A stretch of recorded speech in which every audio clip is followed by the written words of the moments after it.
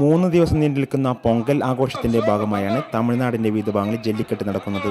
മധുരയിൽ നടക്കുന്ന ജല്ലിക്കെട്ടാണ് ഏറ്റവും പ്രധാനം. ജല്ലിക്കെട്ടിൽ പങ്കെടുപ്പിക്കാനുള്ള കാളകളെ പ്രത്യേകമായാണ് കർഷകർ പരിപാലിക്കുന്നത്. പയറുവർഗ്ഗങ്ങളും പ്രത്യേക ആയുർവേദ കൂട്ടുകളും ചേർത്ത് ആഹാരം നൽകിയാണ് ഇവയെ വളർത്തുന്നത്.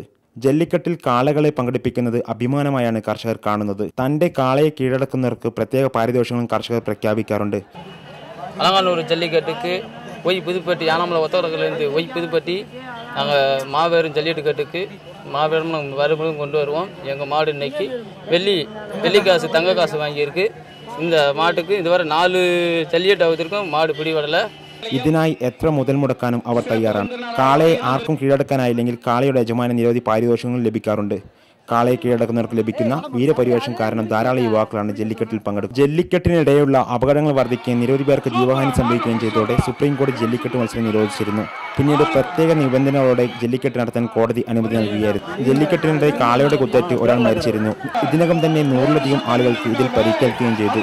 സർക്കാർ 4 പ്രധാന ജല്ലിക്കെട്ടുകൾക്ക് മാത്രമാണ് അനുമതി നൽകിയിട്ടുള്ളെങ്കിലും അനുമതിയില്ലാതെയുള്ള ജല്ലിക്കെട്ടുകൾ ഗ്രാമങ്ങളിൽ ഇപ്പോഴും തുടരുകയാണ്.